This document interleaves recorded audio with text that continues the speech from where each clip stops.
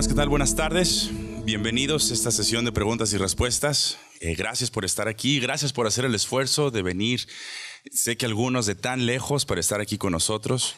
En lo personal, es un gozo ver a tantos hermanos hispanohablantes aquí. Amén. Y sé que también es para ustedes lo que Dios está haciendo en el mundo hispanohablante y oramos que continúe haciéndolo.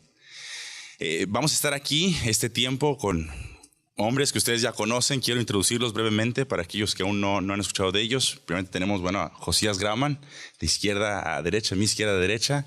Él es el director académico aquí en el Master Seminary y también es el director del Instituto de Expositores. Anciano de Grace Church. Y estoy seguro que me faltan otras 5 cosas que también hace Josías que no canso de mencionar. Paul Washer, hermano Paul Washer, mientras estuvo de misionero en Perú, fundó la sociedad misionera Heart Cry Missionary Society, el cual apoya a misioneros en África, en Asia, en Latinoamérica, y sé que algunos aquí en el salón están siendo, gracias a Dios, bendecidos por la labor del hermano Washer.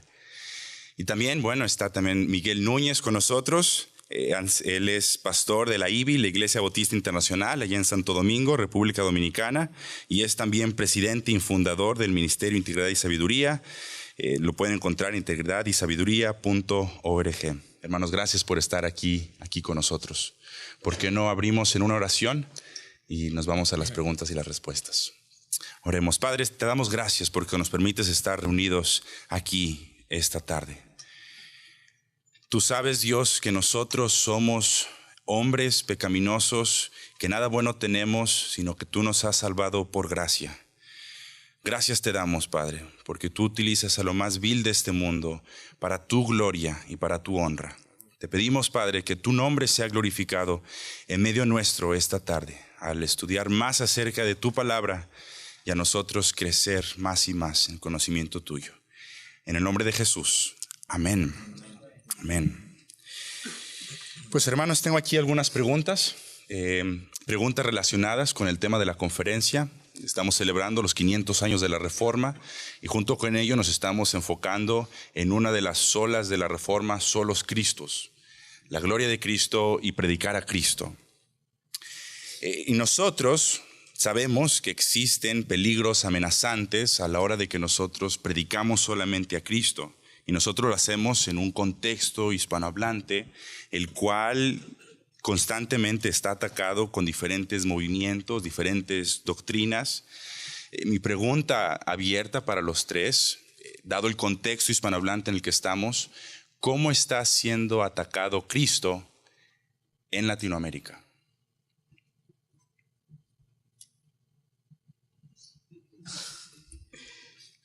Bueno, yo creo que muchas veces no lo vemos porque el ataque frecuentemente no es frontal, en el sentido de que al ser una cultura católica, pues todo el mundo entiende que Cristo es Dios, bueno, todo el mundo entre comillas, pero que Cristo es Dios, es el Hijo de Dios, es el Redentor.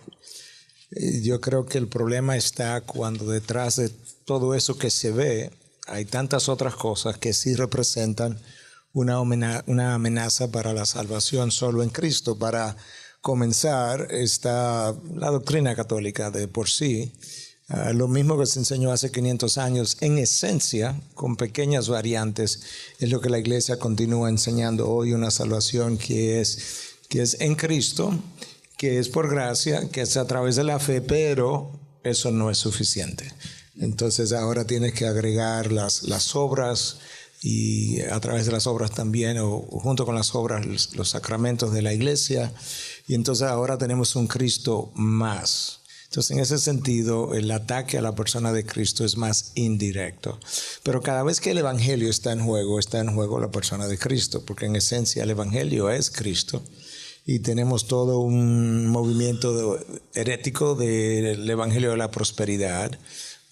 Y tenemos todo un movimiento enorme de señales y prodigios, y todo eso relega a Cristo a un segundo plano, y muchas veces entonces lo que toma preponderancia es lo que la gente entiende como el trabajo del Espíritu Santo y milagros y hablar en lenguas y una serie de manifestaciones, que ponen a Cristo en un segundo lugar, que no es como la palabra lo tiene, pero que sí representa una amenaza para lo que sería, no para la persona de Cristo, porque nadie puede amenazar a Dios, pero para lo que es la doctrina, la enseñanza de la doctrina. Y ahí, para no monopolizar la conversación, sería una manera de comenzar la respuesta. Si un hermano puede darme un atributo de Dios. Santo. Otro atributo de Dios.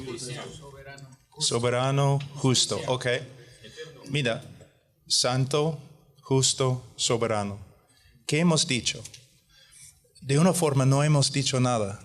¿Por qué? No significa nada hasta que definamos las palabras. ¿Qué significa santo? ¿Qué significa justo? ¿Qué significa soberano? Entonces, uno de los problemas más grandes, no solamente en Latinoamérica, sino también en todo el mundo, es que tenemos un Cristo no definido. Y es el labor del pastor definir con las Escrituras quién es Cristo. Yo puedo entrar en una fiesta de Hollywood y decir que soy seguidor de Cristo y nadie se va a enojar hasta que yo explique lo que significa la palabra Cristo. Okay. Otra cosa que es muy importante es, si uno estudia 1 Timoteo capítulo 4 versículo 1, dice: pero el Espíritu dice claramente que en los últimos tiempos algunos apostatarán de la fe, prestando atención a espíritus engañadores y a doctrinas de demonios, mediante la hipocresía de mentirosos que tienen cauterizada la conciencia. Cuando leemos este texto estamos pensando que en versículo 3 que él va a hablar del anticristo, ¿no? Porque él nos ha dado una advertencia única en las Escrituras, muy fuerte. Entonces, mira lo que dice en versículo 13: prohibiendo casarse y mandando abstenerse de alimentos. ¿Qué tiene que ver con nosotros? La mayoría de nosotros nos hemos casado y ustedes no han abstenido de comida, yo puedo verlo. Entonces, ¿por qué nos ha dado una advertencia tan fuerte solo para hablar de matrimonio y comida? Este texto tiene tanto que ver con nosotros. Lo que él está diciendo es lo siguiente. En versículo 16, él nos presenta el Evangelio. Él sigue con versículo 1 y 2 y versículo 3. Y lo que él está diciendo es lo siguiente. Cuando la iglesia da más prioridad a cualquier otra cosa que Cristo, es apostasía, ¿no? Entonces, si estamos en una iglesia que siempre está hablando de homeschooling, han cometido este error. Siempre hablando de homeschooling. O una iglesia que siempre habla del Espíritu Santo, los dones. Hermano, puede ser una iglesia que solamente habla de la reforma, pero no habla de Cristo y el Evangelio. Entonces, nosotros en Latinoamérica tenemos que definir quién es Cristo, y Cristo tiene que ser el centro de todo, la proclamación, el centro de nuestra conducta, todo lo que hacemos en la iglesia, Cristo y el Evangelio tiene que ser el centro.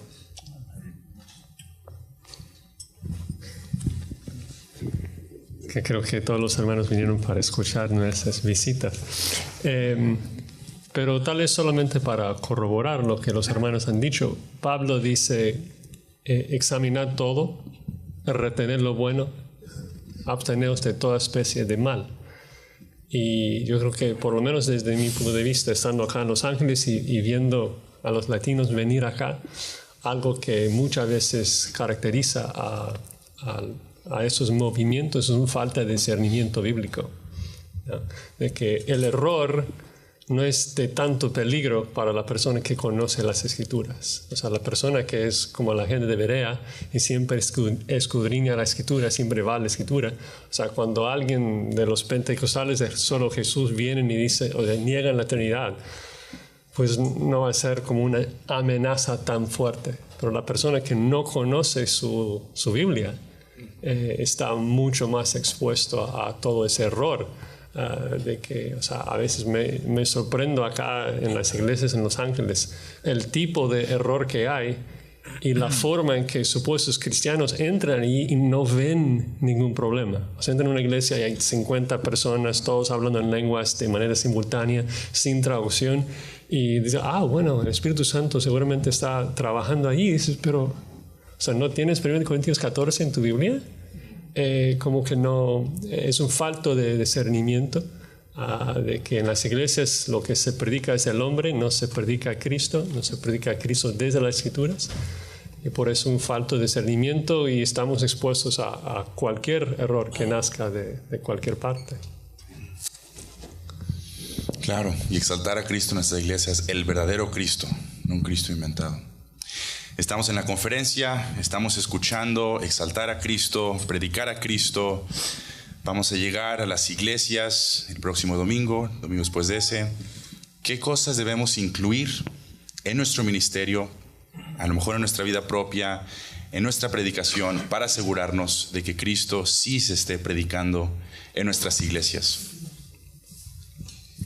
Bueno, yo creo que hay que cuidarnos de que no pensemos que porque estemos pronunciando la palabra Cristo ya estamos predicando a Cristo, porque venimos a una conferencia como esta, escuchamos el énfasis que hay que hacer y pudiéramos estar hablando continuamente de Cristo, del Evangelio, de una manera que no corresponde a lo que realmente debe ser. Entonces, lo primero que yo necesito entender es que la Biblia entera es cristocéntrica. Todo el Antiguo Testamento apuntaba a Cristo, todo el Nuevo Testamento gira alrededor de Cristo. La pregunta que tengo que hacerme es, por un lado, a la hora de predicar expositivamente, ¿dónde está Cristo aquí? Y si no está tan claro como en otros pasajes, pues de qué manera esto apunta a Cristo, de tal forma que tú puedas predicar continuamente sabiendo que este pasaje tiene que ver con la historia redentora de la cual Cristo es el centro. Y entonces yo creo que eso es donde debemos comenzar. Primero, predicación expositiva, y luego de qué forma la revelación bíblica tiene a Cristo en el centro. Desde Génesis 3:15 ya tenemos a Cristo en el centro, y terminamos en Apocalipsis y tenemos a Cristo en el centro. Entonces, en cualquier texto de la palabra en el que yo me encuentro, de alguna forma Cristo tiene que estar. Yo tengo que entender antes de comenzar a predicar de qué forma esto se conecta a la historia de la cual Cristo es el centro. Y yo creo que esa sería una manera de comenzar a responder esta pregunta. Los cambios no deben empezar en nuestra iglesia ni en el púlpito.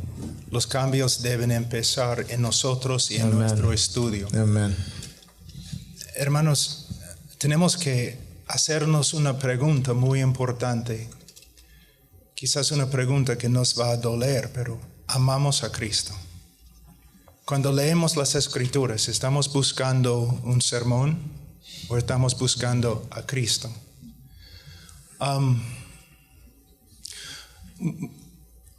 Muchas personas tienen una idea muy limitada, errónea, con respecto al Evangelio.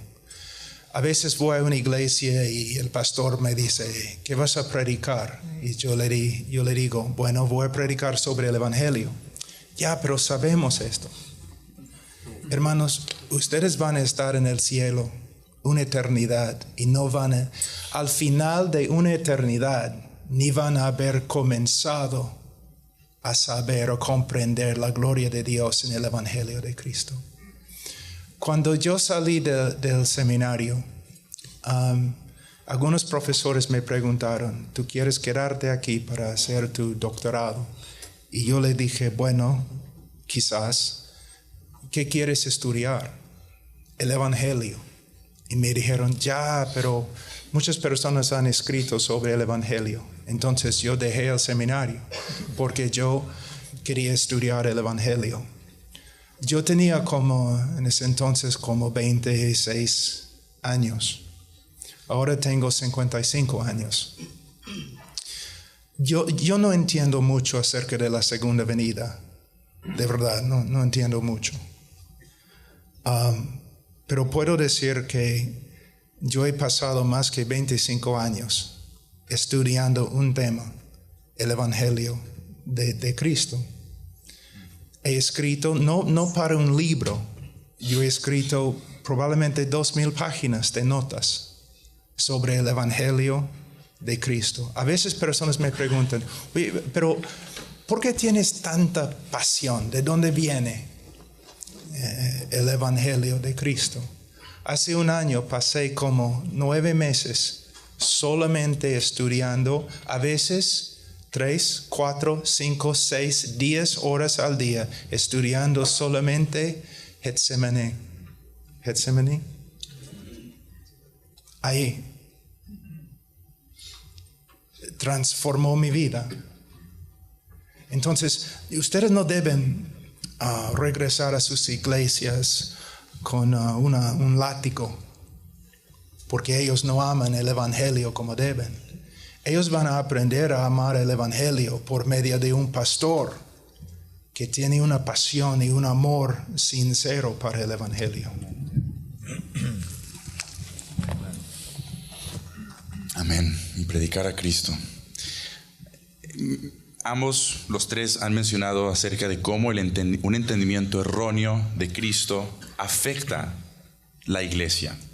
Y no solamente en un ámbito teológico, sino que afecta todo nuestro entendimiento de la eclesiología, de cómo debe de funcionar la iglesia. Si podrían hablar un poco acerca de eso, de cómo es que nuestro entendimiento de Cristo llega a afectar a nuestra iglesia, a nuestros ministerios, lo que estamos planeando hacer en nuestra iglesia.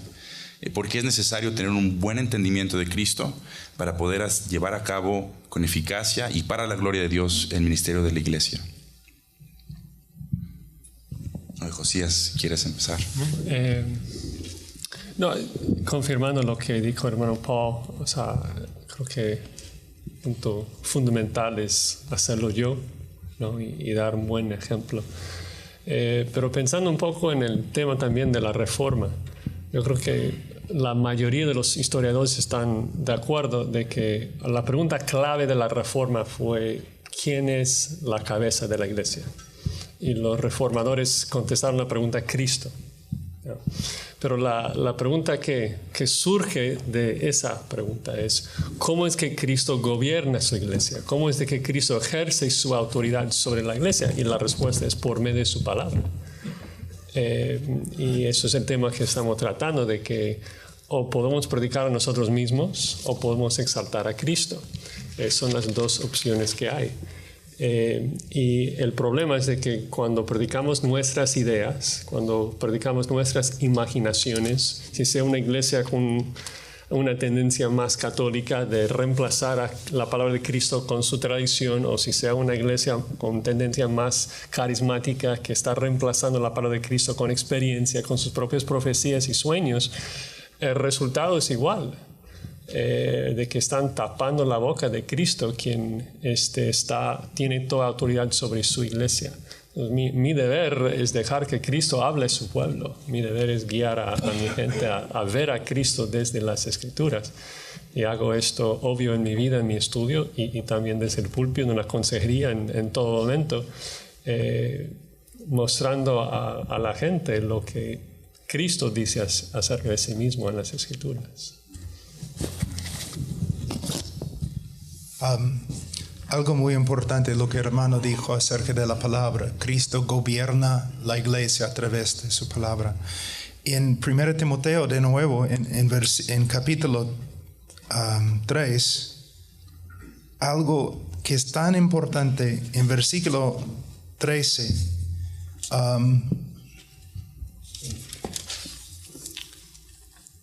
versículo 14, te escribo estas cosas esperando ir a ti pronto, pero en caso que me tarde, te escribo para que sepas cómo debe conducirse uno en la casa de Dios, que es la iglesia de Dios vivo.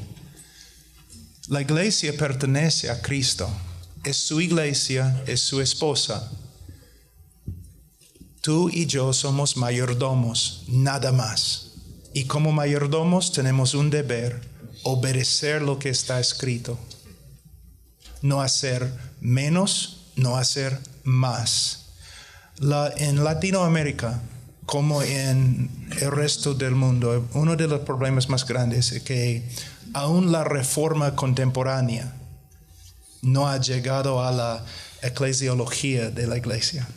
Pastores que ordenen, organizan y trabajan en la iglesia no conforme a lo que está escrito, sino conforme a los inventos de los hombres astutos que han hecho iglesias grandes por medio de su liderazgo. Hermanos, nosotros debemos orar siempre: Señor, aumenta mi temor de ti. Y un hombre que de verdad teme al Señor no va a inventar nada, simplemente va a someterse a lo que está escrito. Si Cristo es la piedra angular, para comenzar, y todo el edificio descansa teniendo la piedra angular, ¿verdad?, como la primera base de la zapata, de la fundación. Si esa piedra angular no está ahí o está mal colocada, nosotros sabemos que el resto del edificio va a estar mal edificado. Para comenzar a tener una idea de la importancia que tiene el tener a Cristo en su lugar. Cristo es el lente que nos permite enfocar las cosas como verdaderamente son. Yo no puedo entender incluso bien claramente las Escrituras si Cristo no está en el lugar correcto. Las cosas van a comenzar a lucir un tanto borrosa. Entonces, si Cristo es la piedra angular, pero Cristo es quien compra la iglesia, y Cristo es el dueño de la iglesia, Cristo es el amo de la iglesia, a nosotros nos corresponde vivir en obediencia, como ya Paul señalaba. Nosotros necesitamos vivir y enseñar el señorío de Cristo en todas las áreas de la iglesia y de la vida del individuo. Yo creo que uno de los grandes problemas de la vida del creyente es que no hay señorío de Cristo. Una de las cosas por la cual Calvino se destacó en sus sermones, entre otras cosas, creo que Stephen Lawson habla en uno de sus libros que Calvino raramente se bajaba del púlpito sin dejar claro la supremacía de Cristo sobre lo que él estaba predicando. Y yo creo que nosotros necesitamos recordar eso, que eso no es un concepto general como para la sociedad o para la cultura, como muchas veces decimos. Pensamos en Kuyper, que hablaba de que no hay una pulgada cuadrada del universo que Cristo no reclame como suya. Decimos, wow, eso es profundo, pero luego nuestra vida nos refleja eso mismo, que no haya una pulgada cuadrada de mi vida que no esté sometida al señorío de Cristo. Entonces realmente Cristo es la figura central que le da consistencia a toda la historia. Es el lente que le da claridad a lo que veo. Nosotros no vemos las cosas como son, sino como nosotros somos. Entonces, ¿quién me ayuda a verla como son? Bueno, la palabra, pero ¿quién es el centro de la palabra? Es Cristo. De manera que yo creo que ese personaje, no estoy diciendo eso para denigrar lo que él es, sino ese carácter humano, Dios, es central a todo lo que nosotros estamos estudiando, leyendo, aprendiendo y luego practicando. Abraham Kuyper dijo que cuando Jesús regresa, Él va a extender su mano sobre el universo y decir, mío, mío, mío, mío. De verdad. Amén. Mencionaron acerca de la reforma. Estamos hablando de la cristología y también acerca de la reforma. En esta conferencia, 500 años de la reforma, estamos dando gracias a Dios que pudimos, la iglesia, regresar a la palabra, exaltar a Cristo como la cabeza de la iglesia.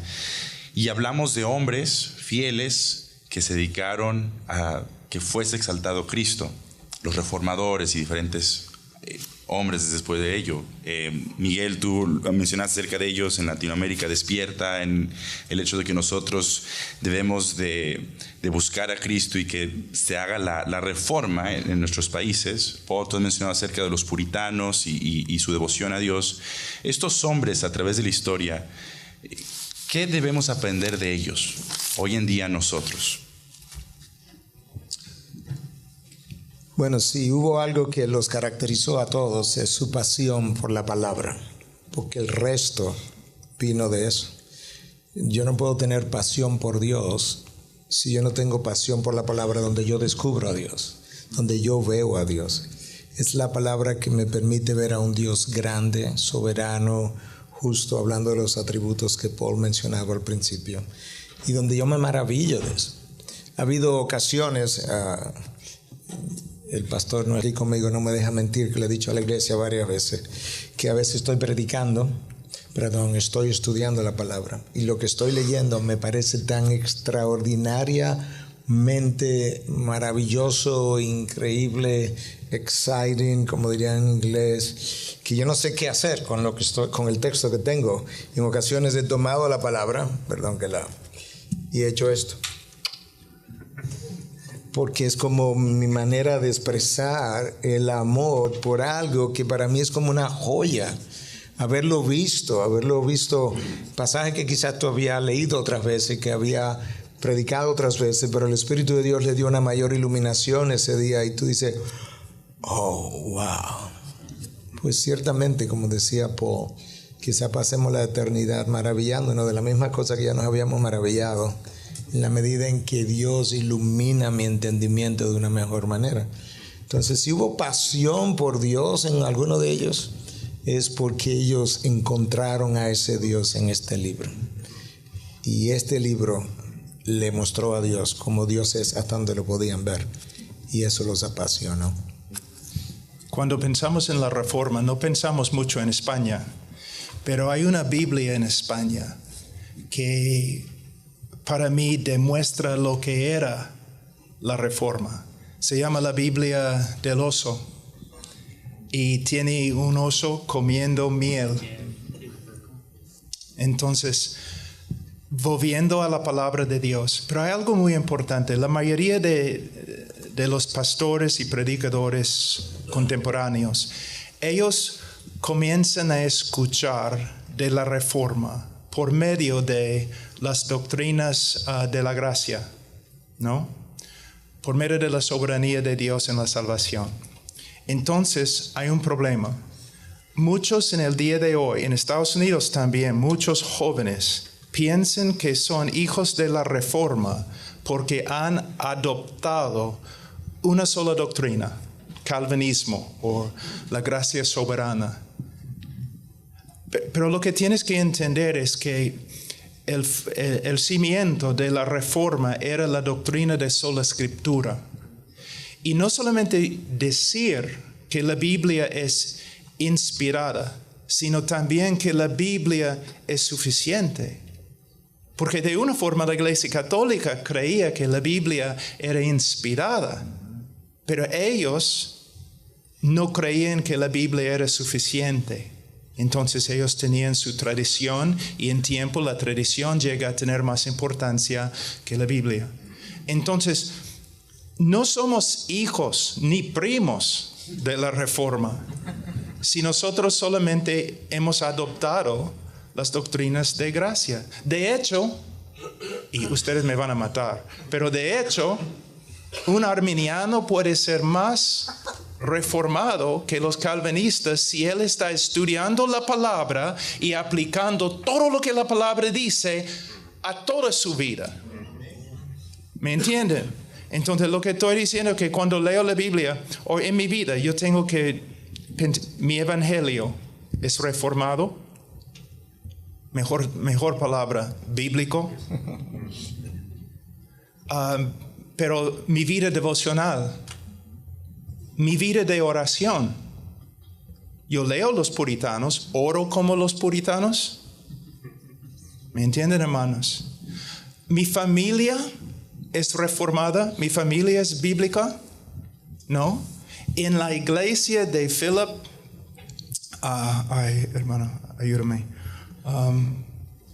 El mejor comentario del mundo, que estoy con los brasileños de portugués. Oh my gosh, I just lost it. Philip and Matthew Henry. en la iglesia de Philip y Matthew Henry, un hombre que no discipulaba con el catecismo a sus hijos, era disciplinado. Ustedes ni podrían ser miembros de la iglesia de Matthew Henry. ¿no? Entonces tenemos que pensar, toda mi vida, mi santidad, hay una razón por la cual llamaron a los puritanos, porque eran puros. Hermanos, entonces en toda la vida tenemos que tomar la Biblia y aplicar sus verdades a nuestras vidas. Sí, creo que todos están afirmando lo mismo, exaltar la primacía de la palabra de Dios, porque eso es lo que afecta a todo, afecta a toda la doctrina, afecta completamente nuestra comprensión de quién es Cristo. Cualquier tradición, cualquier experiencia, cualquier sueño humano necesariamente va a robar gloria de Cristo, en el sentido de que por lo menos un intento de robar gloria de Cristo. El Salmo 2 se ríe de ellos, pero la Escritura es la perfecta y completa revelación de Cristo. Le presenta exactamente tal cual es en toda su gloria. Cualquier idea mía solamente va a arrojar una sombra, o sea, va a dar una sombra sobre la perfecta revelación de Cristo. Por eso la necesidad de vivirlo y predicarlo tal cual está escrito.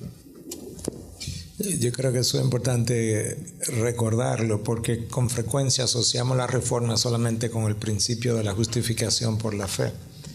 El principio material de la reforma fue ese, pero el principio formal de la reforma, lo que le dio forma, de donde todo salió, es sola Escritura.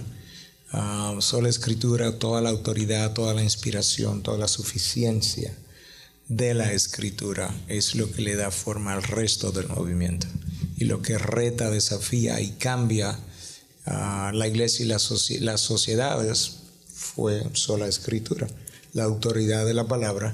Bueno, como Martín Lutero decía, yo no hice nada, yo simplemente prediqué la palabra y la palabra lo hizo todo mientras yo dormía. Es una buena forma de pensarlo. Y si puedo agregar una cosa más, creo que estamos viviendo algo similar en términos de necesidad, porque tanto como 1 de Juan 2 o en los tiempos de la Reforma o en nuestros tiempos, hay gente diciendo no estás completo en Cristo, Colosenses 2:9, que afirma que estamos completos en Cristo. Me necesitas a mí, necesitas mi tradición, necesitas que hoy en día yo te imponga las manos para que recibas la segunda unción, necesitas mis profecías, lo que sea. O sea, el falso profeta siempre se ha parado a decir necesitas a Cristo y algo más. La declaración de la Reforma fue no, o sea, necesitas a Cristo y nada más. Pues se nos fue el tiempo, así de rápido. A veces nos sentimos en estas conferencias que queremos ser ya tiendas para quedarnos aquí. Hermanos, muchas gracias. Quisiera utilizar brevemente 2 minutos de su tiempo, brevemente para informarles acerca de una nueva maestría que está abriendo el Master's Seminary. Hemos hablado acerca de cómo es importante el estudiar la palabra juntos, el hacerlo en las iglesias locales. Paul el lunes en Burbank mencionó la necesidad de preparar a hombres en la iglesia. Nosotros como pastores preparar a nuestros hombres en la iglesia. Hay una nueva maestría en artes, en liderazgo bíblico, que es completamente a distancia y en español, la cual ustedes pueden pedir más informes. Tienen unas tarjetitas que pueden llenar, pueden poner su correo electrónico si gustan más información acerca de ella. Y esto es una maestría que lo queremos hacer en conjunto con una iglesia local. Queremos hombres que estén sirviendo ya en sus iglesias locales para poder apoyarles en lo que ya están haciendo.